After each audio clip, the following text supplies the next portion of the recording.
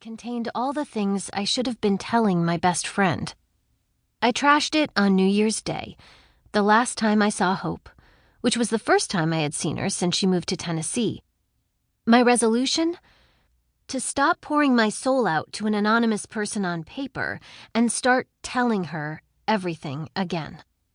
And everything included everything that had happened between me and he who shall remain nameless.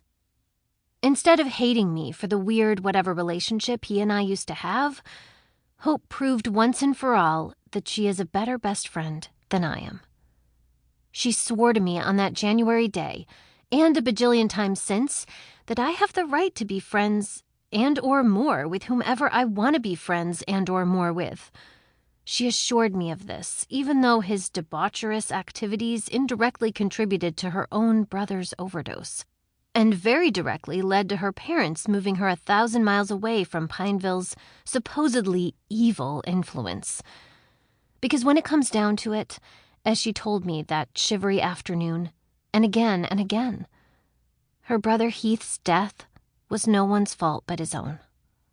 No one stuck that lethal needle in his arm. Heath did it himself. And if I feel a real connection with him, she told me then, and keeps telling me, and telling me, and telling me, I shouldn't be so quick to cut it off. I've told Hope a bajillion times right back that I'm not removing him from my life out of respect for Heath's memory. I'm doing it because it simply doesn't do me any good to keep him there. Especially when he hasn't spoken a word to me since I said fuck you to him last New Year's Eve.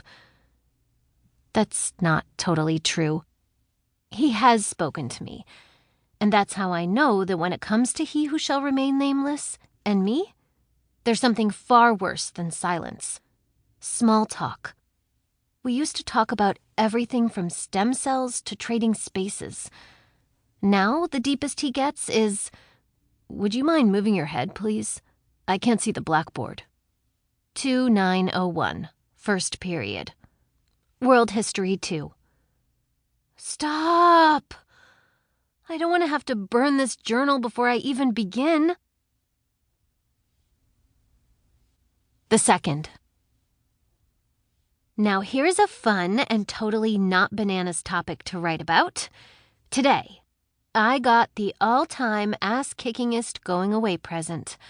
780 verbal, 780 math. God bless the Scholastic Aptitude Test! That's a combined score of 1560 for those of you who are perhaps not as mathematically inclined as I am. Yahoo! I've done it. I've written my ticket out of Pineville, and I won't have to run in circles for it. I am the first person to admit that if an athletic scholarship were my only option, I'd be out running laps and pumping performance-enhancing drugs right now. But my brain, for once, has helped, not hindered. I am so happy I did not sign up for cross-country camp. As annoying as all those vocabulary drills and Princeton Review process of elimination practice sessions were, I'm totally against the movement to get rid of the SAT. It is the only way to prove to admissions officers that I'm smart. A 4.4 GPA, glowing recommendations, and a #1 class rank mean absolutely nothing when you're up against applicants from schools that don't suck. Of course, with scores like these, my problem isn't whether I'll get accepted to college, but deciding which of the 1,600 schools in the Princeton Review Guide to Colleges I should attend in the first place. I've been banking on the idea that college will be the place where I finally find people who understand me. My niche. I have no idea if Utopia University exists, but there is one consolation. Even if I pick the wrong school, and the odds are 1,600 to 1 that I will, it can't be worse than my 4 years at Pineville High. Incidentally, I didn't rock the SATs because I'm a genius.